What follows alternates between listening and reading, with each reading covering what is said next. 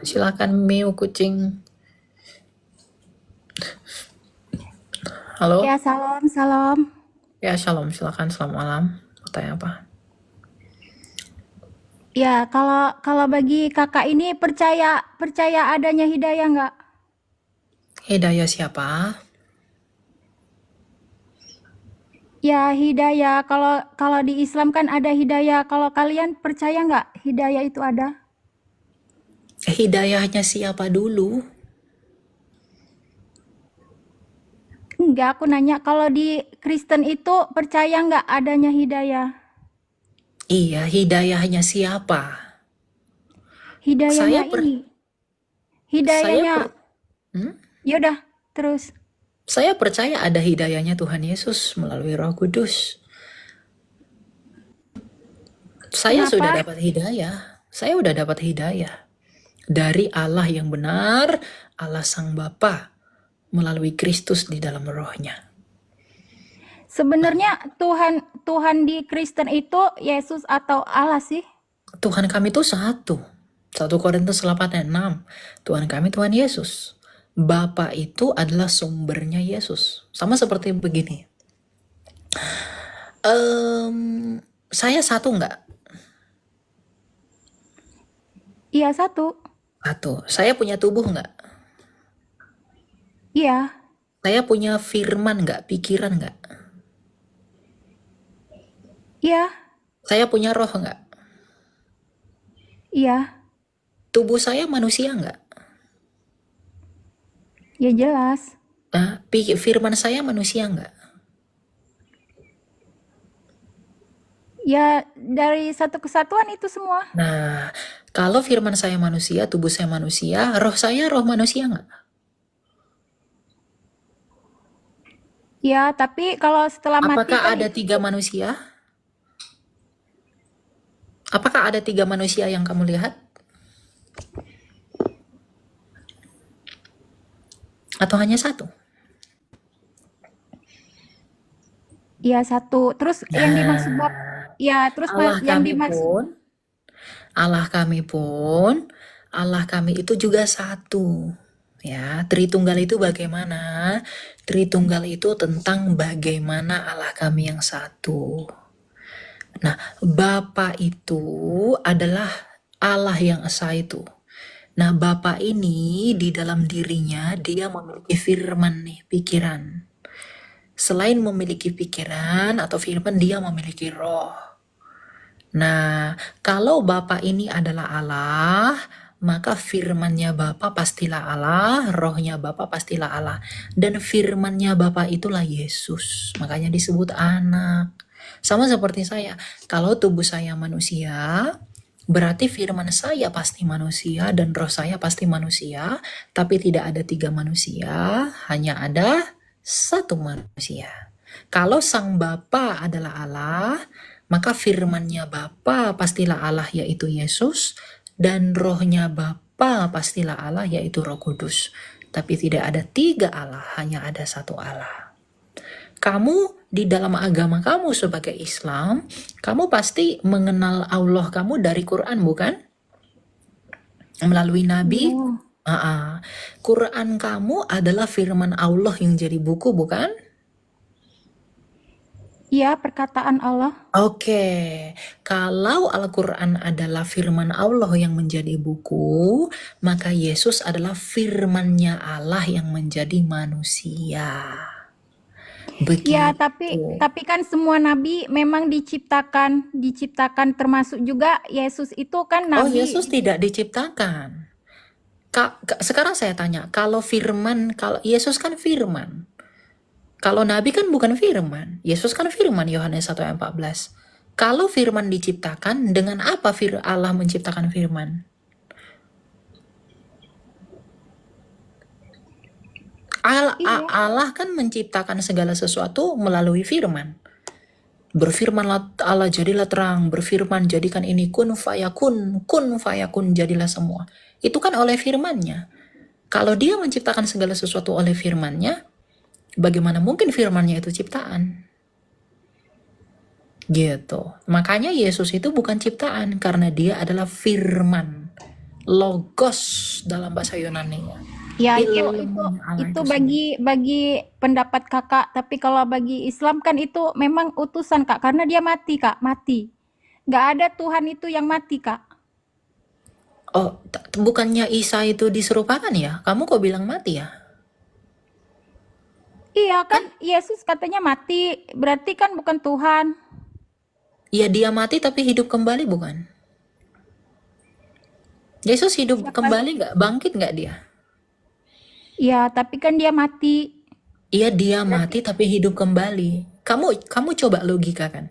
Kalau dia mati namun hidup kembali, artinya dia nggak bisa mati. Dia ya tidak terus bisa ditahan kematian. terus Artinya emang dia dia berkuasa atas kematian. iya kak, emang dia kekal gitu. Jasadnya juga kan membusuk seperti manusia biasa Oh, gitu. nggak membusuk, dia bangkit. Makanya kuburnya kosong. Di mana jasadnya sampai sekarang? Kubur Yesus emang mana sekarang? Ada nggak kuburannya sekarang? Yang ada jasadnya? Berarti kakak mempercayai bahwa Yesus itu Nabi Isa gitu. Oh enggak, Yesus kami bukan Nabi Isa kalian. Nabi Isa kalian tuh beda dengan Yesus kami. Yang pertama, mamanya aja beda. Yang kedua, sukunya aja beda. Yang ketiga, tempat lahirnya aja beda. Nabi Isa kamu lahir di bawah pohon kurma. Ada nggak data sejarahnya? Nggak ada. Kami, Yesus kami lahir di kandang domba. Ada nggak data sejarahnya? Kami punya.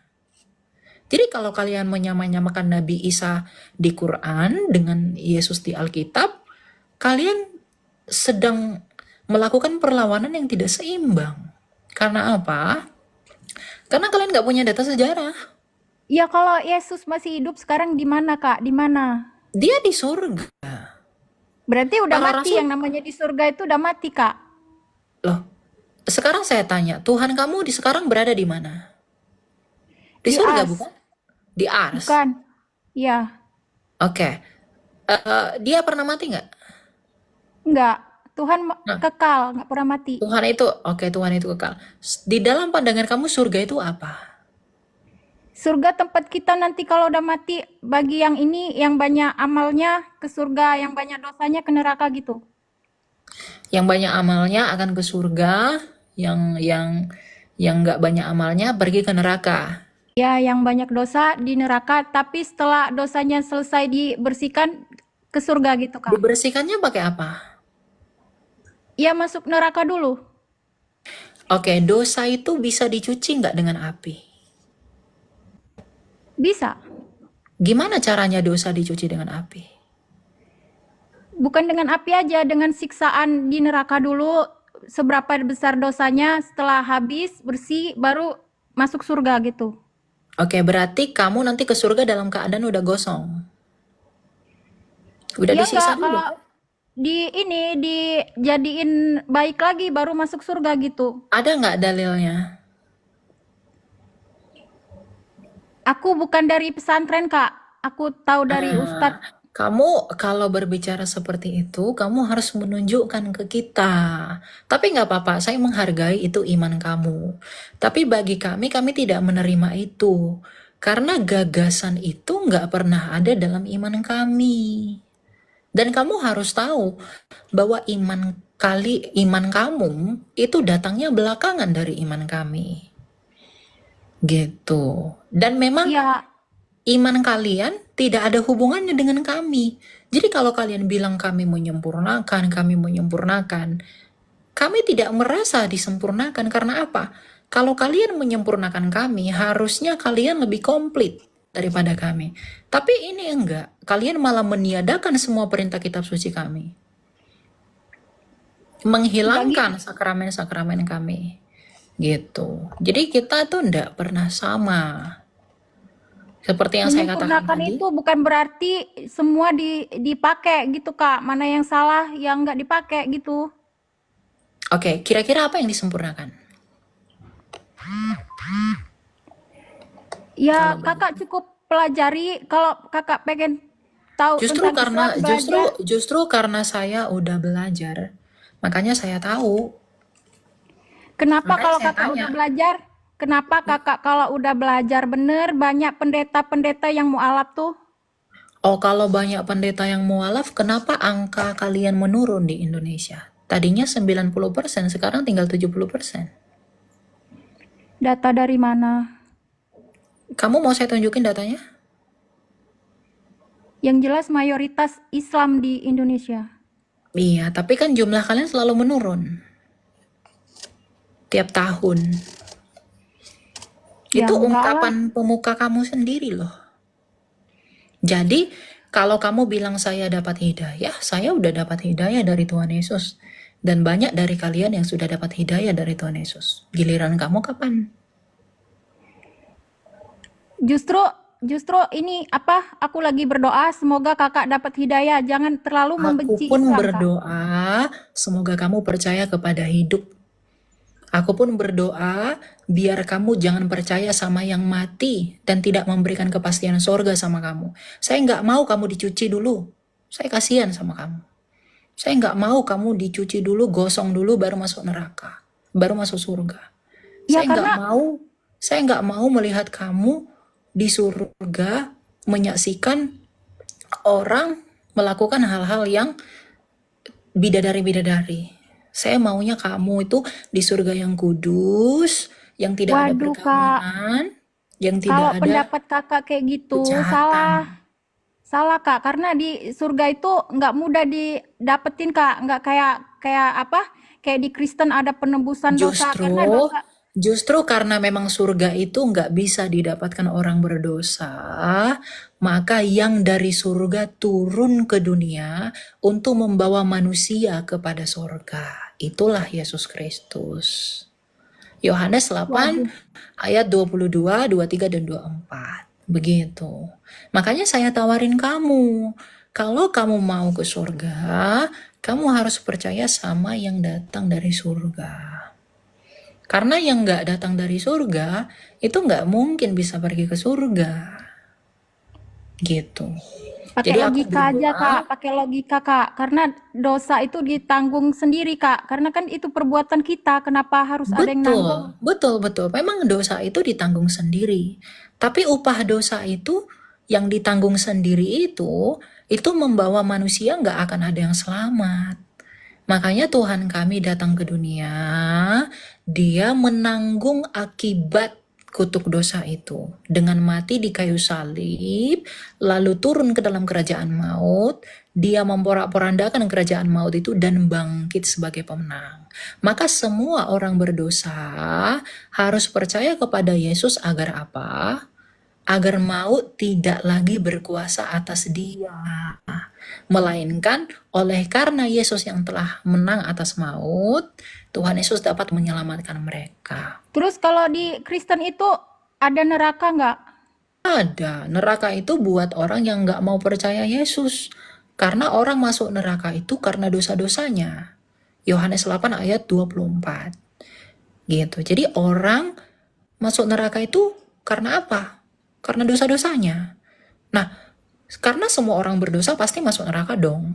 Nah, makanya Tuhan Yesus datang ke dunia ini, dia bilang, aku turun kepada kerajaan maut agar aku menang di dalam kerajaan maut dengan mati, lalu bangkit sebagai pemenang, agar orang yang percaya kepadanya tidak lagi ditawan oleh maut itu.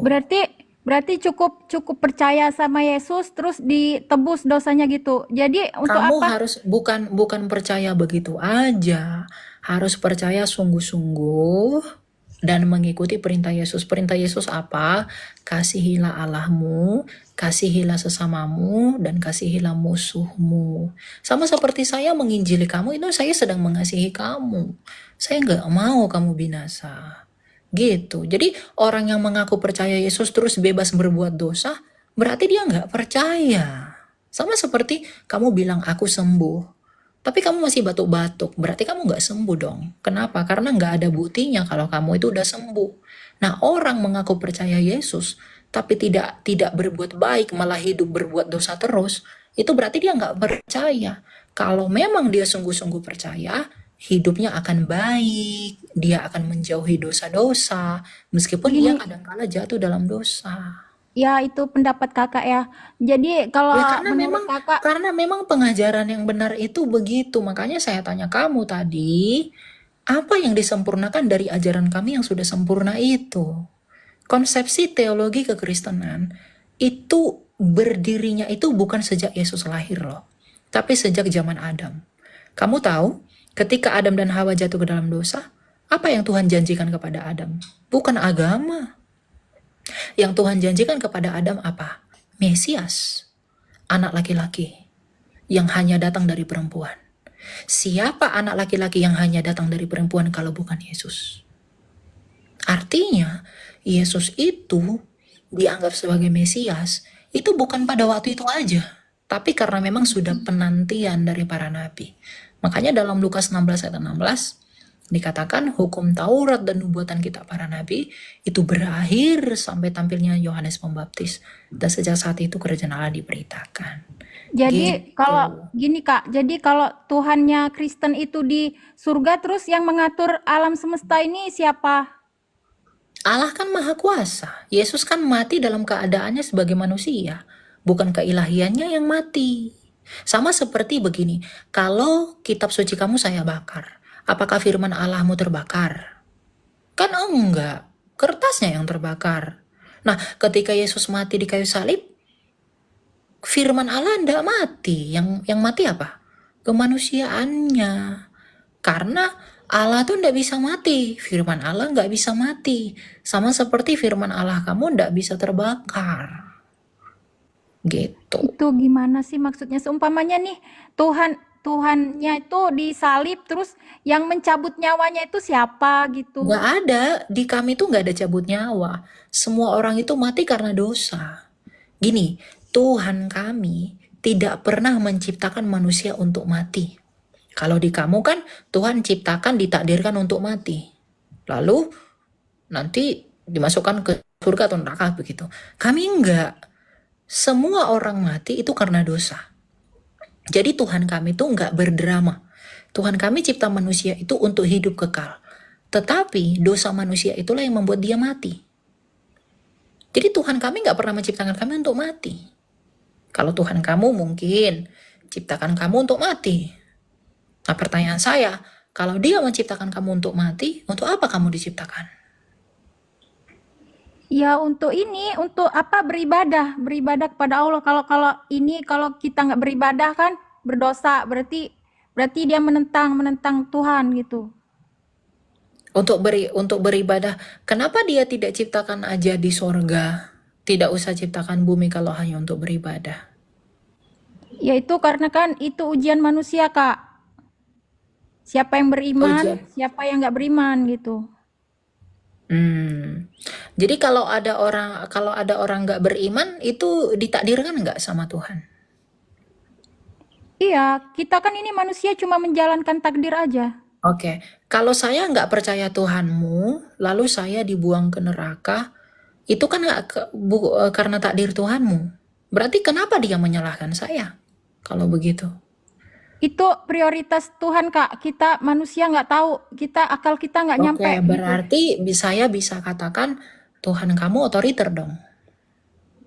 Iya, Tuhan memang mutlak, hak mutlak Tuhan itu Oke, karena kan dia oke, yang oke. mencipta. Itulah yang membuat saya nggak mau percaya sama Tuhan kamu. Saya mau percayanya kepada Tuhan yang penuh kasih, yang mengampuni, yang tidak otoriter. Saya nggak mau percaya kepada Tuhan yang menakdirkan orang lain untuk mati. Saya nggak mau percaya kepada Tuhan yang membuat orang mati. Ada orang masuk neraka, itu Tuhan udah takdirkan. Saya nggak mau percaya sama Tuhan yang seperti itu, jahat banget dia. Berarti Tuhan tuh jahat kalau begitu. Ya Itu pikiran kalau kamu bilang itu apa? Itu sudah ditakdirkan, dia berdaulat, dia murka. Berarti dia semena-mena dong sama manusia. Dia masukkan yang satu ke surga, dia masukkan yang satu ke neraka. Nah, iya saya nggak Kak, mau percaya kepada karena Tuhan. itu Kamu, Kak, itu akal pikiran manusia. Kita nggak nyampe apa yang dimaksud Tuhan kita itu untuk apa. Itu karena untuk kebaikan kita umat manusia. ya Kalau kamu akal suka kita nggak? mencerna, Kamu suka nggak kalau gurumu semena-mena sama kamu, mukul kamu, tampar kamu, gigit kamu? Kamu suka nggak sama guru yang seperti itu? ya kalau kita bersalah ya nggak masalah. Oh ya. Tapi kalau Berarti kita kalau udah kamu baik, masa dipukul? Nggak mungkin lah. berarti kalau kamu jadi penjahat, kamu nggak perlu ini dong, nggak perlu bertobat dong. Soalnya kan Tuhan udah takdirin kamu begitu. Ya, walaupun itu takdir kan di Islam itu ada takdir yang bisa dirubah, ada takdir yang tidak bisa dirubah. Takdir yang tidak bisa dirubah itu maut, jodoh, sama rezeki, Kak. Kalau yang lain sesuai dengan kita aja. Takdir bisa dirubah, sama takdir nggak bisa dirubah. Takdir itu apa Ya, sih artinya? Ketetapan Tuhan kan? iya. Nah, berarti kalau ada takdir yang bisa diubah, ketetapan Tuhan yang bisa diubah, berarti kamu lebih hebat dong dari Tuhanmu. Sesuai gini, Kak, seumpamanya ini hari ini kita ditakdirkan untuk kecelakaan, kemudian kita bersedekah, berbuat baik, berdoa, semoga kita hari ini diberi keselamatan gitu bisa dirubah. Oh, berarti kamu lebih hebat dari Tuhanmu dong. Kamu bisa merubah takdir yang sudah Tuhan tetapkan. Bukan gitu, Kak, karena kita kan bermohon sama Allah juga, semoga hari ini diberi keselamatan, keluar dari rumah kita sudah berdoa semoga diberi keselamatan, jadi kecelakaan itu bisa dihindarkan gitu. Oke, berarti namanya bukan takdir. Karena takdir itu kan ketetapan. Tuhan menetapkannya kapan? Sebelum segala zaman atau kapan ditetapkannya? Sebelum kita dilahirkan sudah ditetapkan 3 takdir yang tidak dapat diubah, yaitu rezeki, jodoh, maut. Selain itu sesuai dengan ini, sesuai dengan amal kebaikan kita, bisa dengan bermohon kepada Allah bisa dirubah. Oke, kalau misalnya sebelum kamu dilahirkan, Tuhan menakdirkan kamu hari ini makan es krim. Kamu bisa nggak merubah itu? Iya, bisa. Loh, berarti pengetahuan Tuhan gagal dong. Kalau kita dikasih kebaikan, kenapa kita mau dirubah takdir? Bukan, Kecuali bukan. kita Maksud saya begini, bermohon. kalau Tuhan tahu, pengetahuan Tuhan itu pasti nggak? Iya, pasti. Oke, oke, oke. Kalau Tuhan tahu kamu hari ini makan es krim, berarti harus kamu makan es krim kan hari ini? Gini loh, Kak, maksud aku itu yang tidak bisa dirubah itu, takdir itu ada Oke, oke. 3, Nggak apa-apa, nggak apa-apa. jodoh, Ya, maut, lupakan aja sama untuk rezeki. itu ya. Mungkin kamu perlu belajar lagi tentang iman kamu sendiri, tapi ya saya hanya memberitakan Injil buat kamu. Semoga kamu selalu diberkati oleh Tuhan. Kamu rendah hati, kamu dengan tulus. Kamu berdoa gini sama Tuhan dalam doa kamu gini. Kamu bilang dalam hati kamu, Tuhan yang benar, datangilah aku. Kamu coba berdoa begitu, tiap hari, tiap hari, tiap hari. Tapi kamu dengan hati yang tulus, jangan hati yang sombong, jangan hati Ya, yang congkak kalau gitu ya. Kakak ngajarin aku kayak gitu, Kakak juga ya berupaya dong. Minta Iya, di aku apa? udah berupaya. Aku pelajari kitab kamu loh. Aku pelajari hadis kamu loh. Gitu. Tapi aku selalu cinta sama Tuhan Yesus. Belajarnya belajar otodidak atau sama ustadz atau apa gitu? Oh enggak, saya cari referensi aja. Banyak kok di Aduh, online. Kak, karena kan kalau di Islam aja Kak perlu belajar sampai ke Turki segala macam. Kalau untuk ini apa? Kita mengerti Al-Quran gitu Kak, nggak sembarangan gitu. Oh, jadi semua orang Indonesia harus pergi ke Turki belajar gitu. Guru-guru kami kayak kiai, ustadz itu rata-rata ilmunya udah Iya, mencapai di itu, makanya kita Kristen, belajar. apologet Kristen ada yang banyak yang mantan Muslim. Dari mereka kita bisa belajar banyak gitu.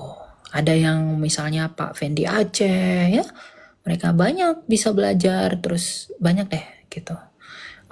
Aduh, Pendi Ada Aceh itu satu, ilmunya apa Kak? Di ini dulu diselidiki ilmu dia apa gitu. Murtad gara-gara apa gitu. Apakah gara-gara karena uang itu atau tadi apa? dia tidak mau percaya sama Tuhan yang otoriter, Tuhan yang semena-mena dia nggak mau percaya itu. Dia mau datang kepada Tuhan yang penuh belas kasih, yang menyayangi, yang mengampuni. Begitu, gitu ya. Jadi saya harap kamu Ya semakin udah, giat semoga ini ya belajar. Kak, sama-sama berdoa. Semoga aku doakan, semoga Kak Elia juga dapat hidayah gitu. Iya, amin. Dan Tuhan udah jawab itu, bahwa aku sudah diberi hidayah oleh Tuhan Yesus. Dan aku berdoa, kamu juga diberi hidayah oleh Tuhan yang sama. Oke? Oke, Tuhan berkati yaudah kamu makasih ya. ya. Aku turun dulu ya Ya, Kak. bye-bye. Ya. Bye-bye. Itu ya teman-teman ya. Jadi, komennya kenceng banget ya tadi ya.